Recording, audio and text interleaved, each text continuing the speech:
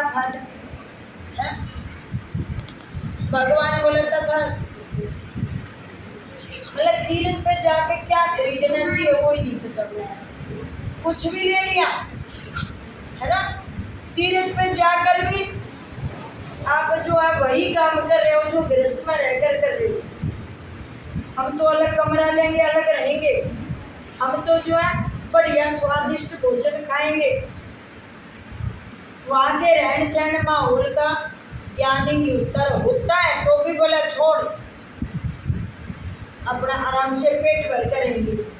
वहाँ भी एसी कमरा चाहिए, शरीर का आनंद चाहिए, बस शरीर का आनंद चाहिए। पितर आपके घर में होते हैं, इंतजार करते हैं मेरे बच्चे मुझे कुछ भोग लगाए और भी ना तो मावस ने तो मेरी रोटी काट दे, लेकिन घर में तो मीट छोंकते हैं तो पितर राजी रहेंगे। मन में भरम है सामने वाली ने शायद कुछ किया होगा, और जब सारा काम उल्ट पुल्ट हो गया तब बोला चलो 5100 रुपये दे के साड़ी से पूछने चलेंगे क्या हो गया, तो वो 41 दिन का परहेज दे देगा, भाई ये चीज़ मत खाना। तो जब इतने दिन का 1.25 महीने का परहेज दे दिया तो बोला उसने बता रखी है फिर खा लियो, तो उतने दिन शांति रहेगी। मन में हो जाता है वो फलाना शाना बहुत अच्छा है, आपसे बढ़कर कौन है शाना? कोई नहीं है। समय पर अपने पितरों को मनाओ, समय पर अपने देवी देवताओं को मनाओ, समय पर अपने धर्म कर्म करो। कब उठना चाहिए सोकर, कब खाना चाहिए, कब नहाना चाहिए, कब हमने घर के काम करने चाहिए, कब हमने भगवान का नाम लेना चाहिए। सुबह तो काम कर रहे हैं, उठते ही थोड़ी ना भगवान का नाम लिया जाता, अभी तो काम कर रहे हैं। फिर बोले अब तो धूप होगी थोड़ी देर एसी में लेटूं, फिर बोले एक तो शाम होगी, फिर बोला एक तो रात का काम होएगा, फिर बोला एक तो नींद आएगी, टाइम में नहीं मिला भगवान का नाम लेने का, है ना। बहाने लेने के लिए बहुत बहाने हमारे पास, कर्म करने के लिए समय नहीं है, बाकी सब चीज़ें। कर्म करने के लिए हमारे पास समय नहीं है, बाकी हमारे पास चुगली करने का समय ही समय, कई घंटे चुगली करवाओ, एक दूसरे की बुराइयां सुनो, और उसमें कोई भी अच्छा काम करता है उसमें से कुछ ना कुछ बुराई निकालनी है, मीन मेख निकालनी है। नहीं ये ऐसे बढ़िया नहीं था, ऐसे नहीं था, खुद करना नहीं है। एक कहावत है करुणा करण दूना और करते का पकड़ू हाथ, वह मानस है बिल्कुल सबसे बेकार। असली राक्षस वो है जो खुद नहीं करे, दूसरे को करते हुए को नहीं करने दे, और जो कर रहा है उसमें भी गन डाल दे, रुकावट डाल दे। सबसे बड़ा राक्षस वो है।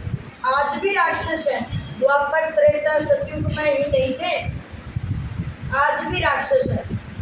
द्वापर सतयुग त्रेता के राक्षस तो राम का नाम तो लिया करते, भक्ति पूजा समाधि योग साधना तो करे थे, लेकिन आज के राक्षस तो सिवाय नशे के और कुछ करते ही नहीं,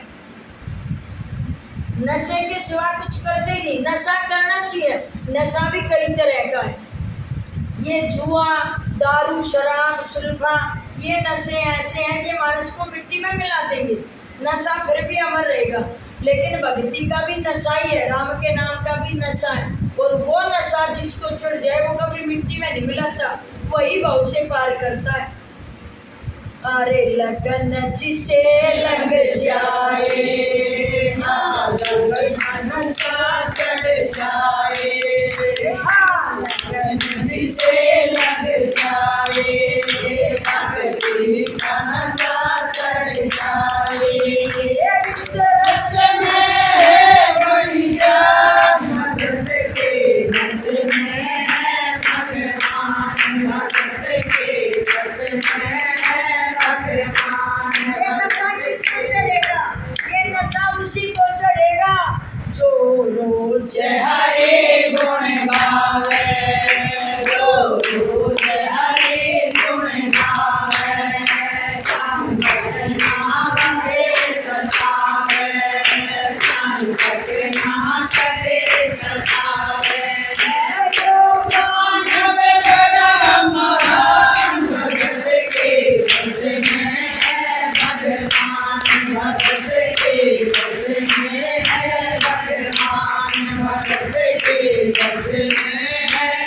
अगर सत्संग में गए एक भी बात अच्छी सीखी तो सत्संग में जाने का फायदा हुआ, नहीं तो क्या फायदा।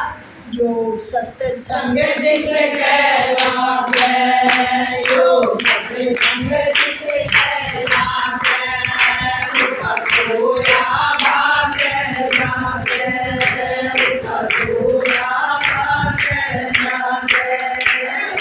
सतगुरु का एहसान भगत के बस में है, भगवान भगत के बस में है, भगवान भगत बिना ये कुछ भी नहीं है, भगत बिना ये कुछ भी नहीं है, भगत है इसकी शान, भगत के बस में है, भगवान भगत के बस में है, भगवान। और अभी तो आप अपने पैरों से तो चल के आगे, एक दिन ऐसा था इस घर को भी संभालो थे, माँ के घर को भी संभालो थे, आज समय ऐसा आ गया माँ के पास जाने का टाइम नहीं है और खुद चल के आगे एक दिन ऐसा आएगा इस शरीर ने भी कोई और संभालेगा, या तो लकड़ी का सहारा लेना पड़ेगा या किसी घर में से किसी का भी, लेकिन रोज घर वाला कौन सहारा देगा, वे अपने काम करेंगे।